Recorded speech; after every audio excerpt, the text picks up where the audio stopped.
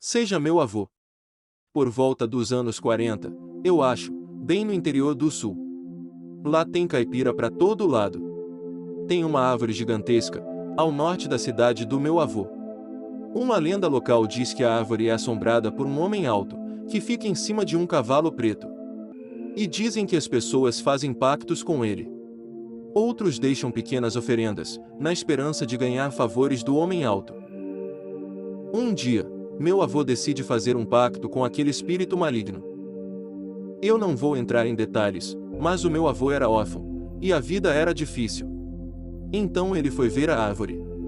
E o homem no cavalo sai de dentro dela, quase como se a árvore fosse líquida ao invés de sólida. O homem é imenso, e o rosto dele é todo inchado e azul, como alguém que se afogou. O meu avô conta a história dele para o homem. De como ele tem fome, mas não consegue trabalho e não tem dinheiro. De como ele é sozinho, e queria uma família. Então o homem do cavalo fala para o meu avô viajar até uma cidade vizinha. Lá ele encontrará uma mulher cheia de dinheiro. Eles irão se apaixonar e se casar, e com o dinheiro dela, eles vão comprar uma fazenda. A fazenda vai render uma vida decente a eles, e vai continuar como herança na família, mas 2 de seus filhos irão se mudar para a cidade, para estudar. O meu avô irá vê-los prosperar, e eles se tornarão pessoas importantes. No entanto, tem uma coisa que meu avô precisa fazer. Tem uma caverna fora da cidade que pertence ao homem do cavalo. O meu avô precisa ir lá, e escrever o nome dele nas paredes, com o seu próprio sangue. E, depois disso, tudo vai acontecer exatamente como o homem do cavalo disse. O meu avô agradece, e vai para a tal cidade vizinha.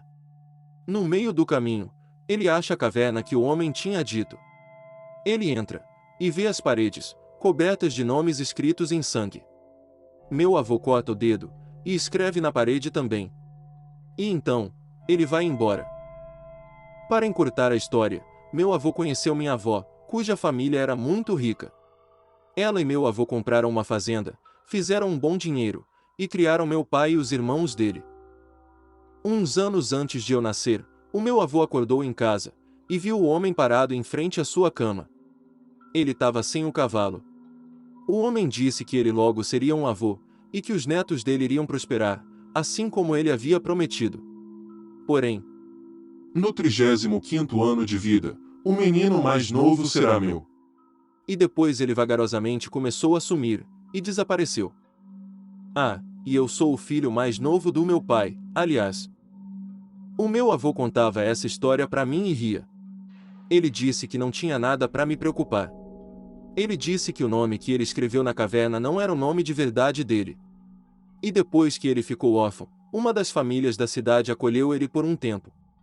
O nome que eles deram a ele foi o nome que ele escreveu na parede. Então eu garanto que não tem nada que precise se preocupar. Depois, ele fingia olhar em volta, confuso, e perguntava: Quantos anos você tem agora? Eu contava a ele, e ele concordava com a cabeça dramaticamente, e dizia: Sim, garanto que vai ficar bem. Eu sei que é só uma história de dormir que meu avô inventou. Mas cara, o velhinho sabia dar medo nos outros. Eu tenho 25 anos agora e ainda me assusta imaginar que ele talvez esteja falando a verdade. Vou ver se acho umas fotos do tempo que eu visitei a fazenda dele e a cidade. Eu não tenho escaneador, então a qualidade é ruim, mas essa árvore perto da fazenda é exatamente o mesmo tipo de árvore da história, de acordo com ele. A perspectiva é terrível porque eu tinha 13 anos quando tirei a foto e estava tentando dar uma de artista, mas ela era muito maior que a casa, e não dava para abraçar nem metade do tronco dela. Só mais uma para te dar uma ideia de quão rústica a região é.